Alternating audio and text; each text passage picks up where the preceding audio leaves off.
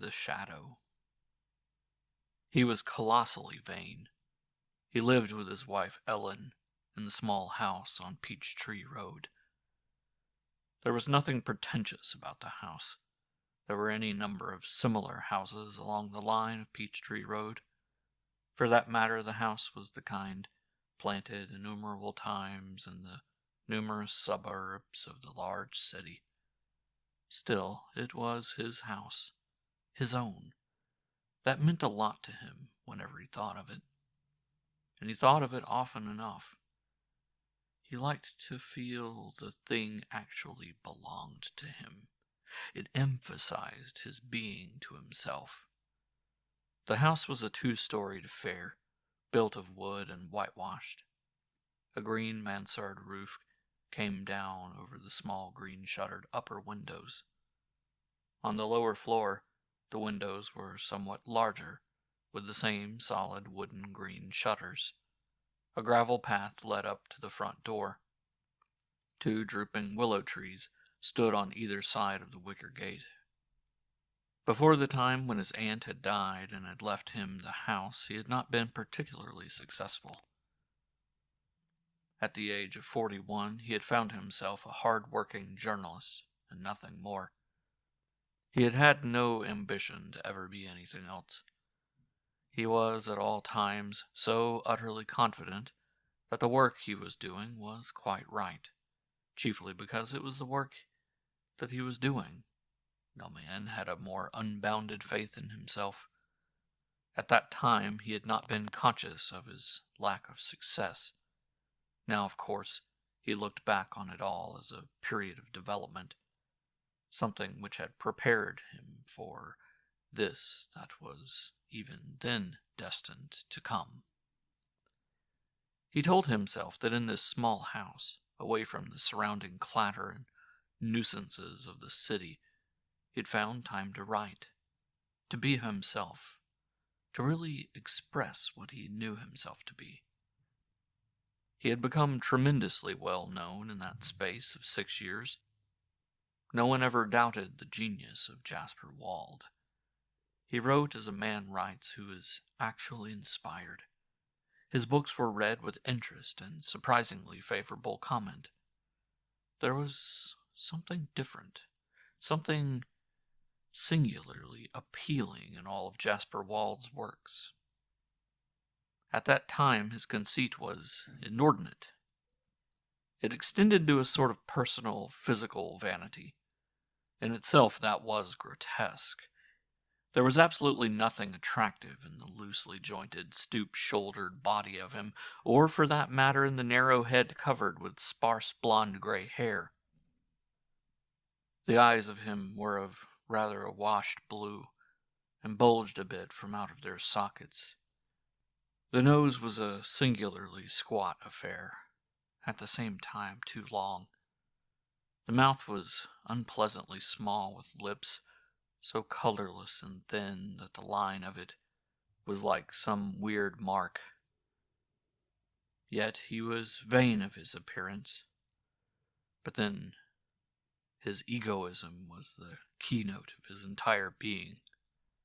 Some people could not forgive it in him, even when they acknowledged him as a writer and praised his work. The man in literature was spoken of as a mystic, a poet, a possessor of subtlety that was close to genius. In actual life, Jasper Wald was an out-and-out materialist. As for his wife, Ellen, she was a rather tall woman, thin but not ungraceful. Her features were good, very regular, still somewhat nondescript. All but her eyes. Her eyes were strange, green in color, and so heavily lidded that one could rarely see the expression of them. Then, too, she had an odd manner of moving. There never seemed to be any effort or any abruptness in whatever she did. Even her walk was sinuous. He had married her when they both were young. Through his persistent habit of ignoring her, she had been dwarfed into a non-entity. To have looked at the woman, one would have said that hers was a distinctive personality, unbelievably suppressed. It would not have been possible for any one living with Jasper Wald to have asserted himself. Perhaps she had learned that years before. Certainly his was the character which predominated, domineered through the encouragement of his own egoism. Her attitude toward him was perpetually one of self-effacement. She stood for his conceit in a peculiarly passive way. If it ever irritated her, she gave no sign, and he kept right on with his semi-indulgent manner of patronizing her stupidity. That is, when he noticed her at all. She was essential to him, in so far as she supplied all of his physical wants.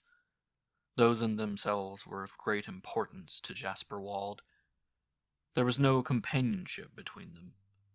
Jasper Wald could never have indulged in companionship of any kind. He had put himself far beyond that. To his way of thinking, he was a super being who had no need whatever for the rest of man. He was all self-sufficient. If there had ever been love between them in those days when they had first come together, they had both of them completely lost sight of it. He in his complacent conceit, she in her monotonous negation. And as time went on, and as his work became greater, Jasper Wald grew even further away from the sort of thing he wrote, so that it was more than ever difficult for those who knew him to disassociate him from his writings. There was always the temptation to try to find some of his literary idealism in himself, to find some of his prosaic realism in his works. On one occasion, Delafield, his publisher, came to him, to the house on Peachtree Road. It was a peculiarity of Jasper Wald's to persistently refuse any request to leave his home. It was the one thing about which he was superstitious. He had never by word or thought attributed his success to anyone or anything outside of himself. He had made his name in this house, and he would not leave it. Delafield's visit came at a time just after Jasper Wald's last book had been published. Sitting in the square, simply furnished living room, Delafield, for all his enthusiasm for the author, had felt a certain inexplicable disgust. "It's great, Wald. There's genius to it. We'll have it run through its second edition a week after we put it on the market." "I don't doubt that." Jasper Wald's tone was matter-of-fact in his confidence. "Not for a moment." Delafield bit off the end of his cigar. "When will your next one be ready?" he asked it abruptly. "Oh, I don't know." Jasper Wald had pulled leisurely at his pipe.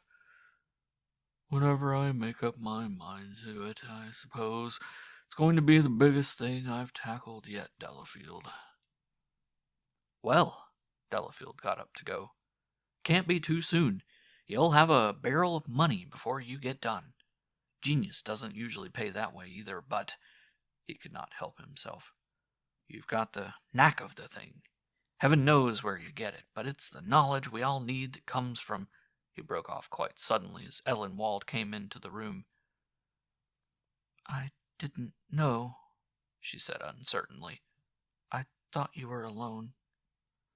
"My wife, Delafield." Jasper Wald made the introduction impatiently.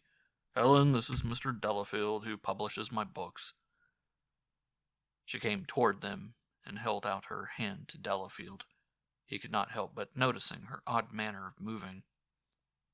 "Good evening," she said. Delafield had not known that Jasper Wald was married. It was almost impossible for him to imagine anyone living with this man. He looked at the woman curiously. He had the feeling that her individuality had been stultified. It did not surprise him. Jasper Wald could have accomplished that. It would have been difficult to have matched him with as flagrantly material person as he himself was. Only that sort of person would have stood a chance with him. Any other would have had to fall flat. She had fallen flat. Delafield knew that the moment he looked at her. "Why, I didn't know." Delafield took her hand in his. "You never told me, Wald, that you were married." "Didn't I?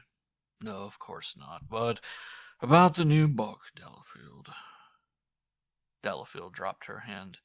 He had never felt anything quite as inert as that hand.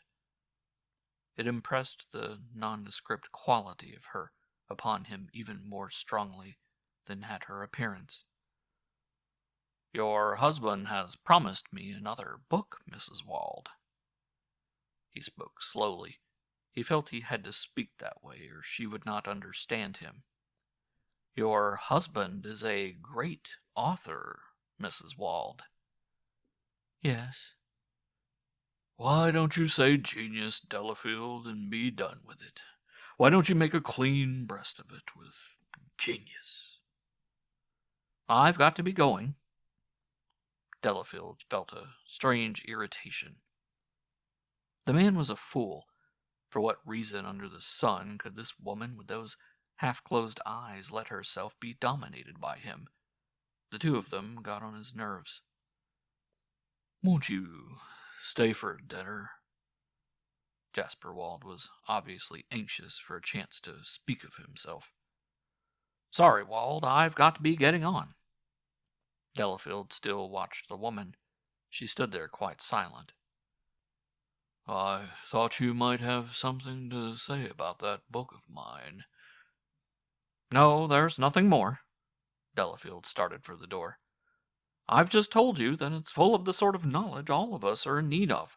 I can't say more, you know. I suppose that knowledge is what constitutes genius, but—" He was staring now full into those bulging blue eyes. "Lord, man, where'd you get it from?" Glancing at the woman, Delafield saw that she was looking straight at him. Her eyes met his in a way which he was completely at a loss to explain. There was something eerie about it.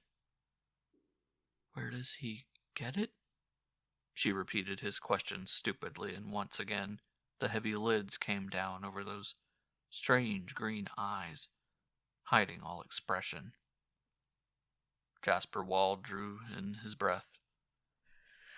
"I write it," he said. After that, Delafield left them both severely alone. The woman puzzled him.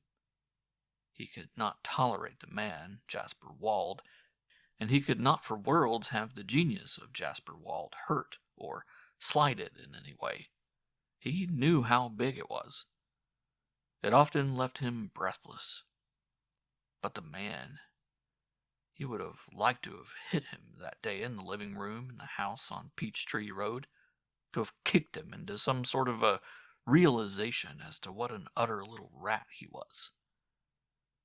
And so, because of his physical makeup, people stayed away from Jasper Wald. Not that he avoided people, not that he wanted to live the life of a recluse. He never made any attempt to conceal his living from the general public. He was too much of the egoist to attempt concealment of any kind, so his life was known to any man, woman, or child who cared for the knowledge. His life of narrow selfishness, of tranquil complacency, of colossal conceit, and of genius. He always wrote in the evenings, did Jasper Wald, and often he would keep at his writing well on into the morning. He liked to sit there in the square, old-fashioned living room, with its wide window that gave out upon Peachtree Road. When he had first moved into the house as an obscure, hard-working journalist, he had placed the desk against the window ledge so that he could look directly out of the window without moving. And he had kept the desk there. He was just a bit insistent about it. Then, too, he liked the blind up so that he could stare out into the evening and at the house opposite. For all his impossible vanity, there must have been embedded deep down in the small, hard soul of the man some excessive, frantic hunger of self-recognition by others, a potential desire to accomplish an assertion of self that could in no way be denied, a fundamental energy which had in some way made possible the work, but which he could never admit for fear that it might evade the importance of himself. The house opposite interested him tremendously. Sitting there in an abstract fit of musing, he watched it as one subconsciously watches a place that has one's attention. To all outward appearances, the house across the way was heavily boarded up and closed. It had always been closed since the time that Jasper Wald had come to live in Peachtree Road. Yet every evening, in the window directly facing his, he had seen the shadow of a man moving to and fro beyond the drawn blind. He would sit there watching the dark, undefined shadow until he felt that he had to work. And then the whole thing would slip from his mind until the following evening when he would again be at his desk. Strangely enough, he had never mentioned the presence of the shadow to anyone. There was about it a certain mysterious unreality. That much he, Jasper Wald, was capable of knowing. It was the one thing outside of himself that gripped at his intelligence. During all those 6 years he had waited at his desk each night for the coming of the shadow. And when it came, he had started to work. He never explained the thing to himself. He never thought he had to explain anything to his own understanding. Had he tried, he would have been utterly at a loss for an explanation. So Jasper Wald had come to look upon the shadow as a sign of luck, a superstition-fostered thing that epitomized his genius to himself. Naturally, it had not always been that way. The first time that Jasper Wald had felt the shadow, he had experienced an uncanny sense of terror. That had been before he had really seen it. He had been standing there, beside the window, just after he and Ellen had moved into their home, looking out at the closed house opposite. He had felt a queer oppression which he readily interpreted as the vibration of his new environment. When the thing had persisted, he had become a bit uneasy. The sense of oppression, so utterly unknown to him, had changed to one which grew upon him, as if he were being forced out of himself in some uncanny manner. There was about it all a curious sensation of remoteness of self, and, at the same time, a weird consciousness of the haunting permeation of something invisible and dynamic. He never thought back to that evening without a positive horror. The whole thing was so completely alien to him. It had been with a great sense of relief that he had finally been able to see and to rivet his attention upon the shadow there against the blind of the house opposite. He had clenched his thought onto it, and the other thing had left him, had lessened in its maddening oppression. That evening he had started to write. He had felt that writing was a thing he had to do. It was entirely because of his first fear that he kept the knowledge of the shadow to himself. Cocksure as he was of himself, thoroughly certain of his genius, and inordinately vain of his success, there was one thing about it all that Jasper Wald could not quite make out. Not for words would he have admitted it. Still, there was the one thing. And the one thing was that Jasper Wald could not understand the kind of thought behind what he himself wrote. It was late one summer evening that Jasper Wald sat at his desk in the square living room. His pen was in his hand. A pile of blank paper made a white patch on the dark wood before him. His blue eyes, that bulged a bit, looked out into the graying half-light. The green of the lawn was matted with dark shadows. A mist of shadows were pressed into the faint-lined leaves of the two drooping willow trees on either side of the wicker gate. An unreal light held in the sky. His eyes were fixed on the one window of the house opposite. With his pen in his hand, Jasper Wald waited. From somewhere in the house came the chimes of a clock striking the half-hour. Starting from his chair, Jasper Wald went to the side of the desk and leaned far out of the window. A wave of heat came up to him from the earth. His eyes stared intently at the window opposite. The door behind him was thrown open. He turned to see Ellen's tall, not ungraceful figure standing in the doorway. Her two hands grasped the bowl of a lighted lamp. "I don't need that," Jasper Wald told it to her impatiently. She came a step into the room. "It's dark in here, Jasper." "But I don't need any more light, Ellen. I don't need it, I tell you." "It's dark in here, Jasper." "All right, then. Put the thing down. I can't take up my time arguing with you. How can a man write in a place like this, anyway? Have you no consideration? Must I always be disturbed? Have you no respect for genius?" She came a step further toward the center of the room. "Genius, Jasper?" "My genius, Ellen. Mine." He watched her cross the room with that odd, sinuous moving of hers, and placed the lamp in the center of his desk. And then he saw her go to a chair within its light and, sitting down, pick up some sewing which she had left there. He went back and sat at his desk. He had made up his mind that this new book of his would be something big, something bigger than he had ever done before. He wanted to write a stupendous thing. He caught up his pen and dipped it in the ink. She startled him with a quick cough. "Can't you be still?" He turned toward her. "You know I can't write if I'm bothered. You don't have to sit in here if you're going to cough your head off. There's plenty of other rooms in the house." She half rose from her chair. "Do you want me to go?" "Oh, sit there," he muttered irritably. "Only, for heaven's sake, be still." "Yes, Jasper."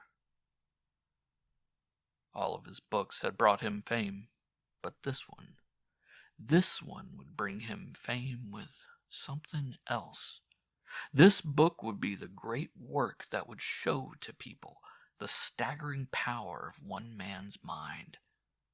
His mind.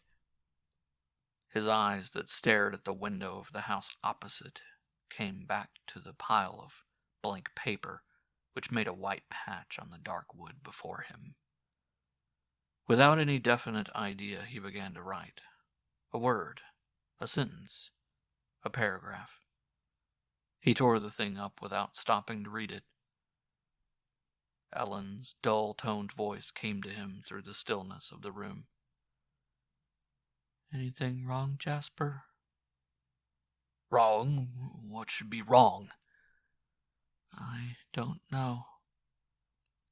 He began to write again.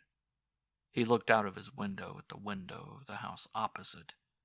He went on with his writing till he had covered the whole page. Again he tore the paper up and threw it from him.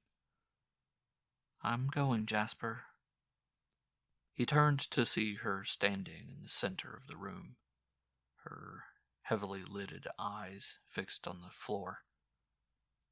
"I told you you could stay here." I'd best be going, Jasper. Sit down, over there, and do be still. I seem to bother you. You haven't started to write. Is it because I'm here, Jasper? You? He snorted contemptuously. What have you got to do with it? I don't know, she said quietly, and she went back to her chair. Again his eyes were fixed on that one window. He leaned forward quickly. His hands gripped the chair's arms on either side of him. His brows drew down together above the bulging blue eyes. Thrown on the clear blank of the window blind, moving to and fro across it, went the shadow. With a sharp sigh of relief, Jasper Wald began to write. It was not until he had gotten far down the page that he became suddenly conscious of Ellen standing directly behind him. He looked over at the window.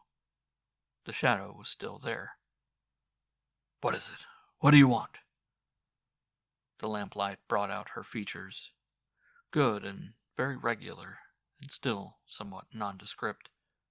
The lamplight showed her strange green eyes, and beneath the heavy lids, the lamplight brought out in a glinting streak the expression of the eyes themselves.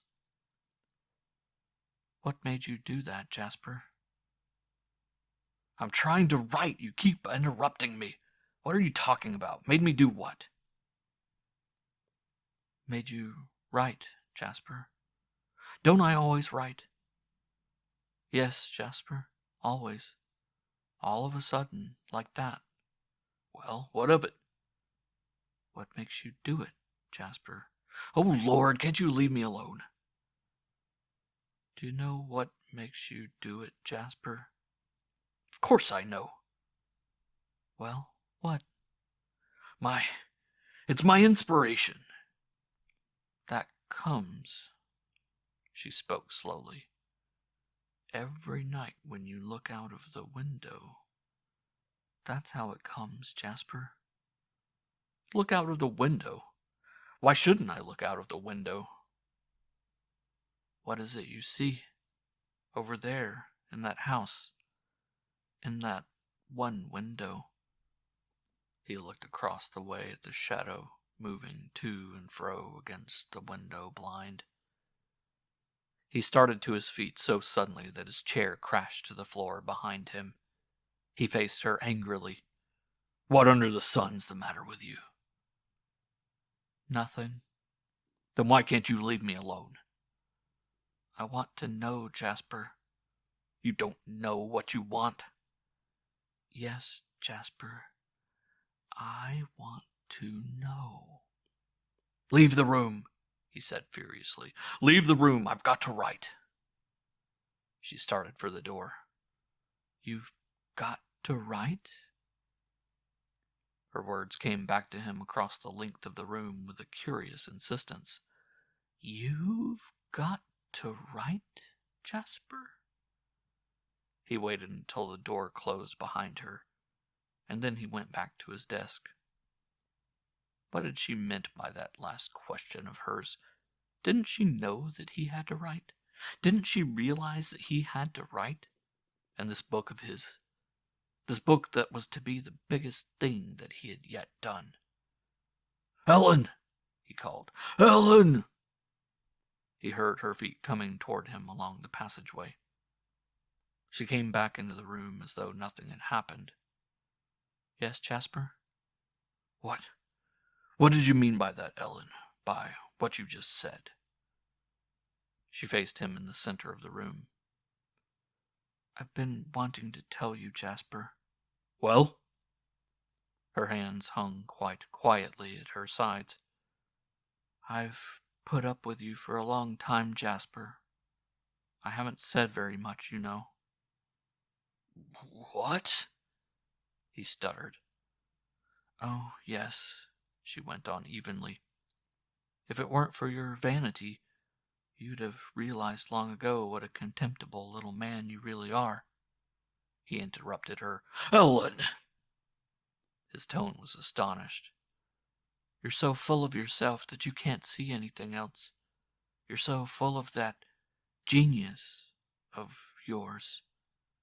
You don't have to speak of that. You can leave that out of it. You've nothing to do with it.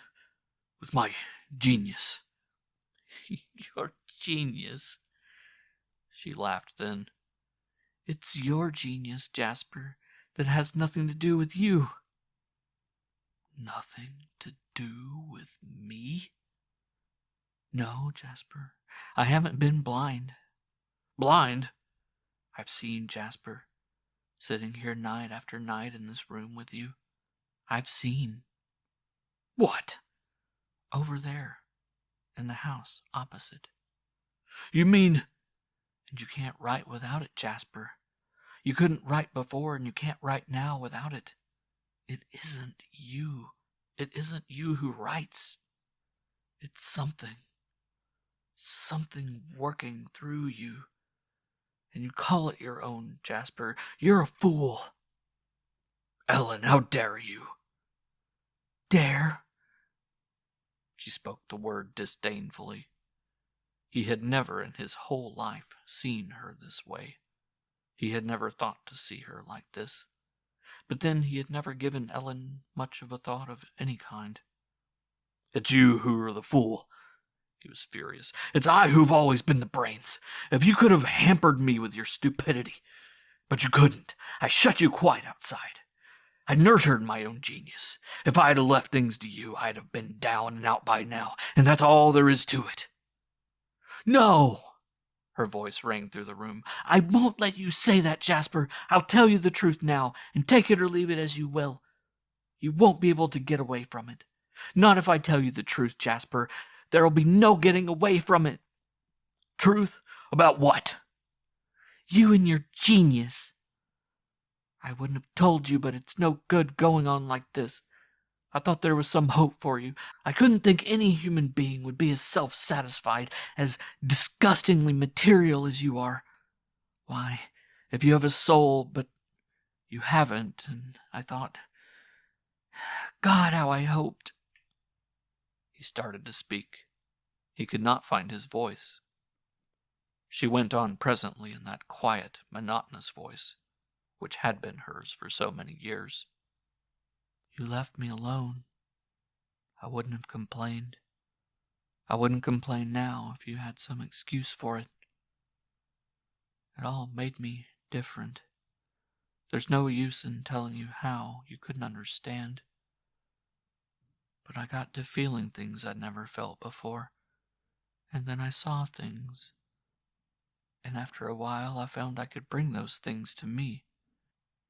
And that night, the first night we moved in here—" He interrupted her in spite of himself. "What of that night? What?" "The night when you were standing there at the window, I got down on my knees and prayed. I brought something to you that night, and you called the genius yours." She broke off and was silent for a second. "I brought it to you because I wanted you to be great. I thought with all that energy of yours for writing that if it could work through you, you'd be big. But you were too small for it.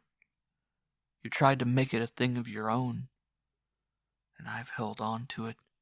For 6 years I've kept it here with you, and now it's going. I'm letting it go back again. You're too small. You can't ever be anything but just you." He walked over to his desk and sank down into the armchair. "I don't know what you're talking about." "You do, and if you don't, why do you look out of the window there every night? Why do you wait for it to come before you start to write?" His exclamation was involuntary. "The shadow!" "Yes, its shadow, from this room where I kept it, casting over there, its shadow." So that was what she meant. The superstition-fostered thing that epitomized his genius to himself. The shadow that he had come to look upon as a sign of luck. but it was nonsense. It wasn't possible. Not such rot as that. It was his mind, the big creative mind of him that wrote. "Have you said all you're going to say?" For a second her gaze met his, and then the heavy lids came down again over those strange green eyes, hiding all expression. "Yes, Jasper." He looked out of the window. His eyes stared through the night beyond the two shadowy, drooping willow trees on either side of the wicker gate, and over at the house opposite. He caught his breath. The yellow light from the lamp on his desk played across the clear blank of the window blind across the way. The shadow had gone. "Ellen!" His voice was hoarse. "Ellen!" "What is it?" "It's not there, Ellen. 6 years now. Why, Ellen?" She went and sat down in the chair beside the desk. "Yes?" "It isn't there, I tell you." "I thought it could make no difference to you." "It was lucky, Ellen." "Oh, lucky, Jasper?" He made an effort to pull himself together. "It won't make any difference to me. Not to my writing. Not to my genius." After the silence of a moment, her voice came to him in its low, even measure. "Then, write?" "Of course!" His tone was high-pitched, hysterical. "Naturally, I'll write." "Write, Jasper." He caught up his pen and dipped it in the ink. He drew the white pile of paper nearer to him. "Jasper?" "How can I work if you don't stop talking? How can I do anything? How can I write?" "Are you writing, Jasper? Are you?" He did not answer her. "Because," she went on very quietly, "it's gone back, Jasper. It's gone now." His pen went to and fro across the page. His figure was bent well over the desk. Every now and again, without moving, his bulging blue eyes would lift themselves to the clear blank blind of the window opposite, and then they would come back and fix themselves intently upon the white page of paper, which he was so busily covering with stupid, meaningless little drawings.